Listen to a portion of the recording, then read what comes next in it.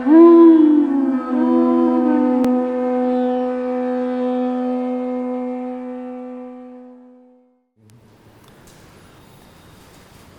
Namo Bhagavate Vasudevaya.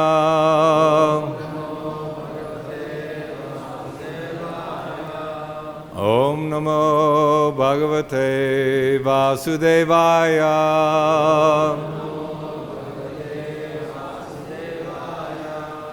Om Namo Bhagavate Vasudevaya.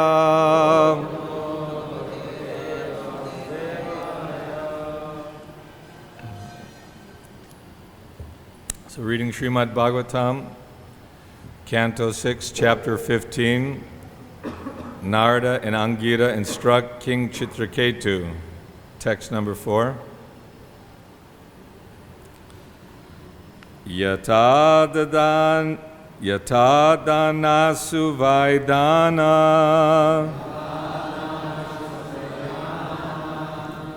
bhavanti na bhavanti cha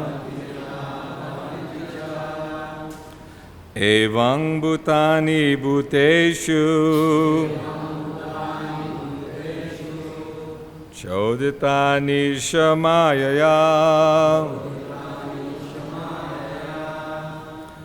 yata danasu vaidana bhavanti na bhavanti cha Evang bhutani bhuteshu choditani shamayaya yata danasu vaidana bhavanti na bhavanti cha Evang bhutani bhuteshu choditani shamayaya yata just as danasu through seeds of paddy vai indeed Dana, grains. Bhavanti, are generated. Na, not. Bhavanti, are generated. Cha, also. Evam, in this way. Bhutani, the living entities. Bhuteshu, in other living entities. Choditani, impelled. Ishamayaya, by the potency or power of the Supreme Personality of Godhead.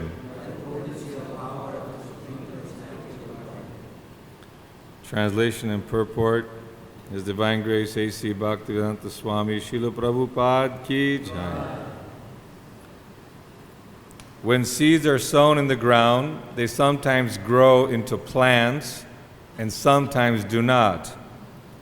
Sometimes the ground is not fertile and the sowing of seeds is unproductive. Similarly, sometimes a prospective father, being impelled by the potency of the Supreme Lord, can beget a child. But sometimes conception does not take place. Therefore, one should not lament over the artificial relationship of parenthood, which is ultimately controlled by the Supreme Lord. Srila Prabhupada's purport. Maharaj Chitraketu was actually not destined to get a son. Therefore, although he married hundreds and thousands of wives, all of them proved barren. He could not beget even one child.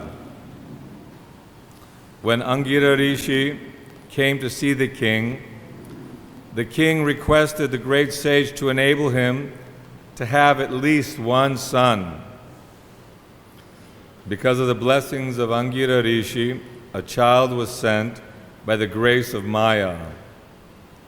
But the child was not to live for long. Therefore, in the beginning, Angira Rishi told the king that he would beget a child who would cause jubilation and lamentation.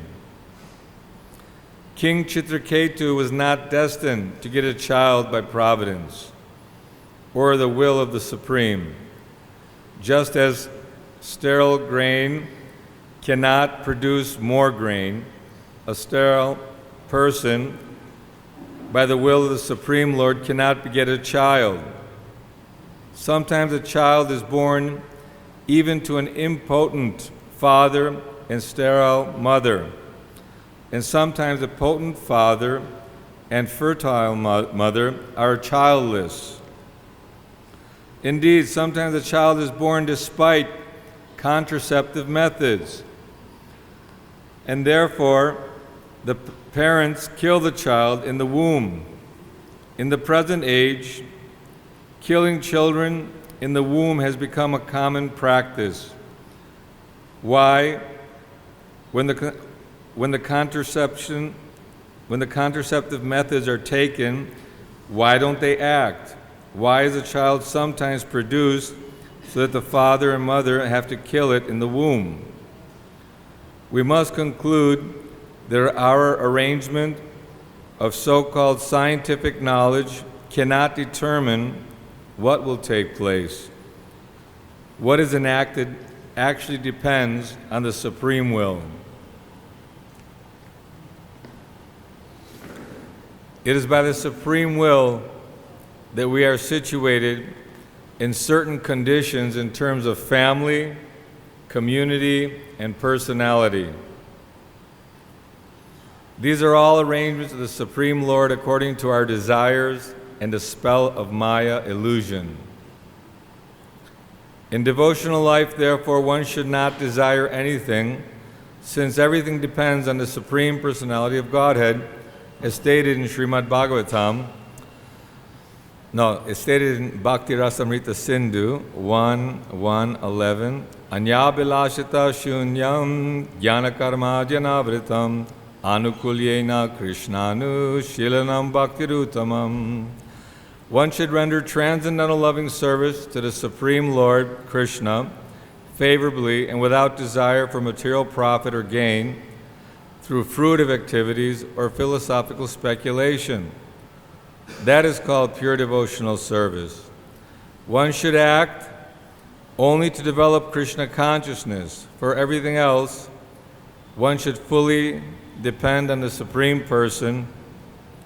We should not create plans that will ultimately make us frustrated. Om Jnanatamarandasya Jnananjana Shalakaya Chakshurumilitam Jena Tasmai Shri Gurave Namaha Shri Chaitanya Manobhistam Sthapitam Jena Bhutale Swayam Rupa Kadamayam Dadati Svapadantikam. So we're hearing a enlightening pastime here of King Chitraketu, how a powerful king, wealthy, had many, not one or two wives, but hundreds, even thousands of wives. So you would think at least he would have some child. And we've seen, I have some friends that they could not have a child, so they adopted a couple of children. And then soon after that, they had 2 sets of twins. So this is not in our hands. And we're seeing how the whole intrigue, all the wives that even after Chitraketu finally got a benediction from Angira Rishi, so he has a saintly person, pretty much you can have whatever you want, so please give me a child. I really want a child.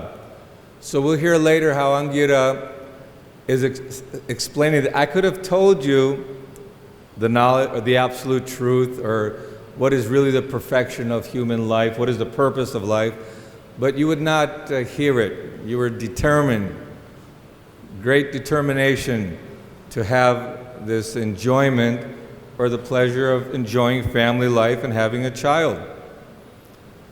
But then the queens, other queens became jealous, envious. You know, that's what all the movies and TV series are about, that, you know, boy meets girl, girl meets boy, the in-laws get all upset and people are killing one another back and forth. It's all a very exciting, unique experience. So the queens, they pretended to lament that the child was dead, but actually they knew that they were the ones who administered the poison. So everyone became completely mad, out of their minds, the loss of my child. Then we're hearing the philosophy that in the past, the relationship was not there. You know, many of us have children, so now we're taking responsibility. We do what we have to do. But in this lifetime, the relationship in there and the responsibility is there, but after this life is finished, everyone is scattered, goes in every which direction. Some religions, they actually believe that the family unit stays together, and after you die, they all are in heaven together as the same family unit. Bhagavatam is not describing like that. We're eternal spirit souls. So King Chitraketu, he was just in such anxiety. The whole kingdom, practically, the queen and all the servants, maidservants, they were all in great distress and agony because we have lost our child. And of course, it is lamentable. We also lose devotees or people that we have, our loved ones, and we feel emotion because we're very intimately entangled in this body, the mind. We've been carrying our ego with us life after life. Although we may not have the same gross material body, but because of our desires, our aspirations, the laws of material nature, the laws of karma, the will of Krishna, we take certain bodies in this material world, and they're all geared towards sense gratification. The whole purpose, this is a playground, Maya's playground. The children want to play. Okay, go to the playground, go play for some time. So we left our home, and we're here in this world, this Maya, this illusion. Why is it illusion? It's reality. It's temporary. That is the illusion. It's temporary. That for some days or for some hours you can play in the playground, but then, okay, go back home. So we're playing life after life with great determination that we will squeeze out some enjoyment from my children, you know, my sons, my daughters, my wife, my family. This is all happiness for me. And then, well, at least my community, my religion, my nationality, the people of my... Prabhupada says that sometimes when a foreigner is in a foreign land, like Prabhupada was in America, and he sees another Indian, oh, you know, aap kaise hai, sab kahan se, you know, where are you from, how are things? And so, you know, there's some identification, some relationship. So people become nationalistic, and then there's United Nations, and everyone's looking for peace and harmony. There are many philanthropists, they want to take care of, they fed up with the human beings, so they take care of the animals, you know, take care of the dogs, and take care of the cats, and try to have peace. And I saw also, many of you are aware, there's American elections coming up. I don't watch it, but once in a while you can't help it, it's everywhere. So they were asking our candidate, Donald Trump, what is your view on abortion? Because here it's describing that people sometimes want children, even though they may be fertile, they may be potent, they still can't have children. What is this? They feel, And then even sometimes they're sterile, they cannot have children, but then a child comes. Like, how did that happen? And they take contraceptive methods. This is, advancement of science and technology will create a situation where you can enjoy without the byproduct of having to take care of children. And if by chance a child does happen to come in the womb, you kill it, no problem. It's your choice. You have a freedom of choice. So it's been a controversy in many places about pro-life, why should the woman be subjected or forced to take care of a child she doesn't want? And if the abortion is performed, then okay, is she a culprit? Is she going to be punished by the law? And what about the man who produced the child? Is he also liable to be punished? And so Trump was evading the question. I'm pro-life, and they were fighting back and forth about whether or not it's proper to commit. Just imagine, we're in modern civilization, and many people feel it's okay. That it's not really a living being until a certain time, 7 months or 8 months. It's only a lump of matter. It's okay to kill it. It's just like a piece of meat. No life, the consciousness does not happen. So when people are in ignorance, taking direction from other ignorant leaders who have no knowledge of Scripture, no knowledge of God, material nature, what is right, what is wrong. Well, my religion accepts it's okay to kill animals and eat them because they don't have a soul. It's like, you think, well, what kind of religion is that? One imagines that religion means to be very compassionate towards others. Love your neighbor, love one another. Whenever you envision a saintly person, you envision him as very giving, tolerant, very loving, very peaceful. How is it that he's, slaughtering innocent animals who are screaming and crying? How behind closed doors of a slaughterhouse, or performing all these abortions and thinking that this is okay, I'm still a religious person.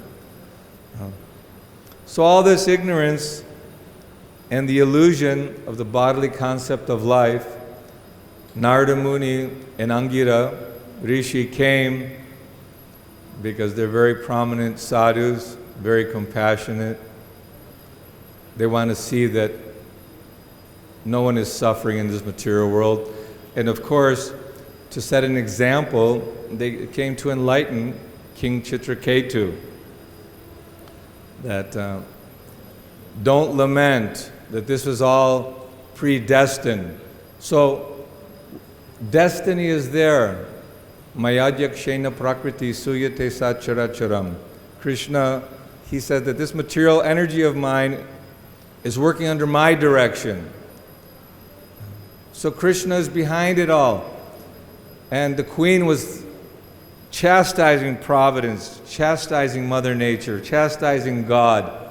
Oh, you're not very expert. How is it you made a situation where the son is supposed to outlive the parents, that the son dies? You're imperfect in your creation. And even there are stories of the son dies prematurely, and the father brings the dead son to the king and says, this is your fault. This is not supposed to happen this way. So material world is very complex, very difficult to try to understand what is right, what is wrong. But for sure, there's no enjoyment. There's no happiness in this material world. And we were fortunate enough to have Srila Prabhupada, ordered by Srila Bhaktisiddhanta Saraswati, with the desire, determination, and enthusiasm to carry out the mission of Srila Rupa Goswami, of Chaitanya Mahaprabhu, of coming to recall all the conditioned souls. So this is the purpose of the Krishna consciousness movement, that we're actually meant to work to endeavor. See, silent meditation may be okay in some places, but devotional service means that you're performing activity. And Srila Prabhupada, he showed by his personal example, he never slept, up early in the morning, translating the transcendental literature just to break the maya, break the illusion of the family life. You know, one should not get angry and say, oh, you're against family. We're not against family. We want spiritual family. Srila Bhaktisiddhanta said if the children would become Krishna conscious, I would have hundreds, thousands. But we heard yesterday that the Garbhodan Sanskara, the responsible parents, it is their duty, according to Scripture, to follow the rules and regulations and also perform the various ceremonies and rituals which are there in the Scripture in order to not only beget a good child, but to ultimately educate and train the children so that they don't have to take birth again in this material world. And of course, it is understood that when the son, he performs the pinda, the rituals, and the sacrifice in order to free the parents from their suffering. Even, you see, Prahlad Maharaj, he was tormented by his father, wanting to poison him, burn him in oil, kill him in any way he could possibly kill him. And Krishna, Lord Nrsingadev, is asking, Prahlad, what, something that you want? No, I am happy. I don't want anything but save my father. You see how compassionate.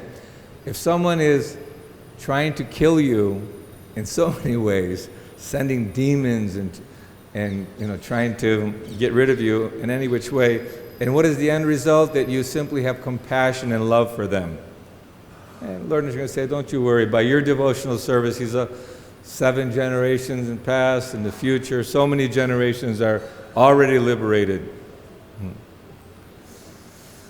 So this is what Srila Prabhupada is giving us, not some sentimental, man-made concoction, but Bhagavad-Gita as it is, Srimad Bhagavatam with transliteration from original Sanskrit to so many languages. We want everyone to hear and understand that Krishna is the Supreme Personality of Godhead. It's not the International Society of God Consciousness, International Society for Krishna Consciousness, because Krishna is our Father, the most beautiful one. Everyone is attracted. Everyone wants some rasa. Everyone wants to do something. People are working, but then they're waiting for the weekend. We had one class yesterday. One nice gentleman came in the MBT and we were speaking about reestablishing original Gurukula, and they did a lot of research and they're working towards reestablishing the real Gurukula system of giving spiritual guidance and spiritual education. So, because people are not happy, no matter how much high degree they have, or I have friends who have a couple of master's degree and a PhD, but this does not make one happy. Material education does not make one happy. So-called opulence. Some of the most frustrated and angry people are those who have so much wealth. Why? Because they become very arrogant. They think, now you should respect me because I have money. But they're completely ignorant of the goal or values of life. And because of this pride, because of this wealth and false prestige, they think that, other people are just useless and subordinate. But this lifetime, when one is on the verge of death, he goes to the doctor, please give me at least another 3-4 years to finish my plans. No, I'm sorry. Your time is up. You're finished. And all of our time will be up. But somehow we still think that, well, let me squeeze out, since I have this body, last little bit of happiness I can find in this material world. But it's being revealed that there is no happiness. There is no satisfaction, but still we're determined, due to conditioning, due to ignorance, due to the bewilderment of living in the material world. So we should be busy in Krishna's service. We should be busy hearing about Krishna, about the process of self-realization. We should be busy in doing something for pleasing the Supreme Lord, pleasing the devotees, and also helping to free the conditioned souls. I was just in the US and we were up in New York distributing books, and people are coming, those who are fortunate. Radhanath Maharaj was doing some programs at the Bhakti Center, and we had 150 business, well-to-do people, but they're interested in yoga and meditation, and this process works by preaching or by giving the books. Those who are intelligent and fortunate will take to Krishna consciousness. We see on the streets, everyone's looking for happiness, for enjoyment, going here, going there, spending time, spending money. But ultimately, at the end of this, the body starts falling apart, deteriorating, and everything is gone. Everything is lost. So we should endeavor to, with enthusiasm. We also have a preaching center in Florida, Sanctuary Alachua, a real sanctuary, and college kids are coming, older people are coming, small groups. So the kirtan is very potent, prasadam is very potent, but also when people want to be part of something like a family, a real family unit, is this Krishna consciousness. We heard a few days back how Prabhupada was saying that I've left my family, my children, but Krishna has sent me so many nice sons and daughters. So much more. And I thank you very much for helping me in this Krishna consciousness. My Guru Maharaj has sent all of you to assist me in spreading this Krishna consciousness. So be fixed in determination. Utsahan nishchayat taryat tat tat karma pravartanat. Enthusiasm, determination, patience. These are all qualities that are required for advancing in spiritual life.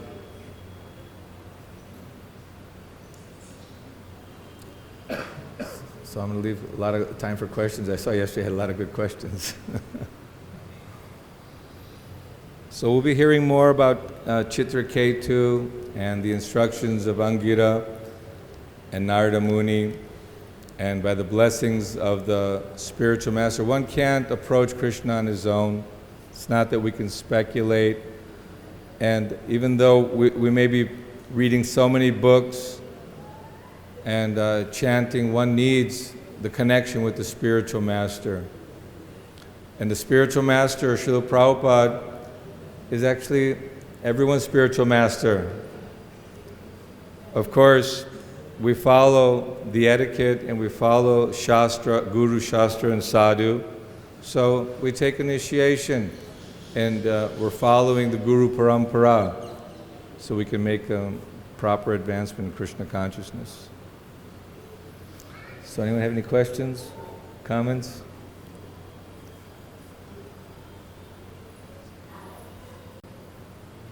Is the microphone?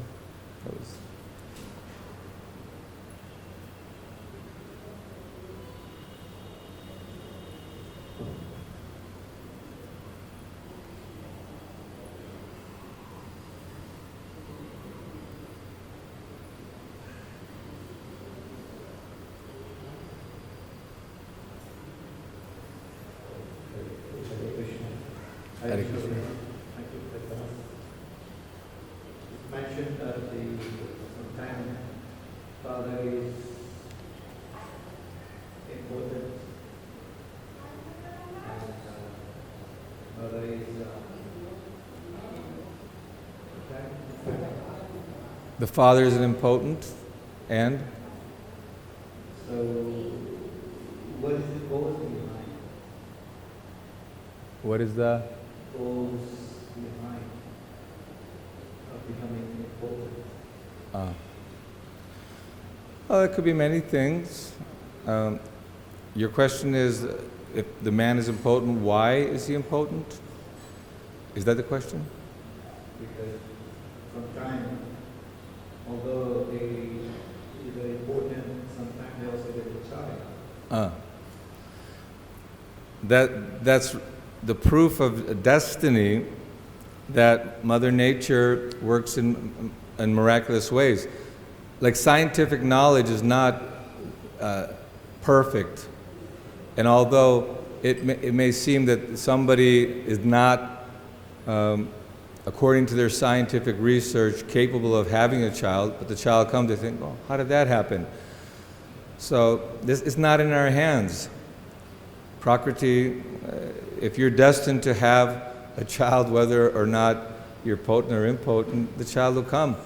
I think even I have some friends in Jaipur. They tried. They said, "No, it's not going to happen. You're impotent." But then twins came. It's how does this happen? So destiny works in very unique ways. All of us, maybe it's our destiny to become devotees. Maybe our destiny to have children. Our destiny to stay celibate throughout life and avoid the whole trouble. So we don't know, but for however the circumstances may be, we know for certain that Krishna, material nature, is working under Krishna's direction, and that due to our karma, karmana daiva nitrena, we have certain reactions coming to us due to our previous activities. So one may be potent or impotent because of some biological reasons, but that all can be adjusted. You know, it goes beyond the science and mundane nature. It's all the destiny is very mystical and very unique way of taking place.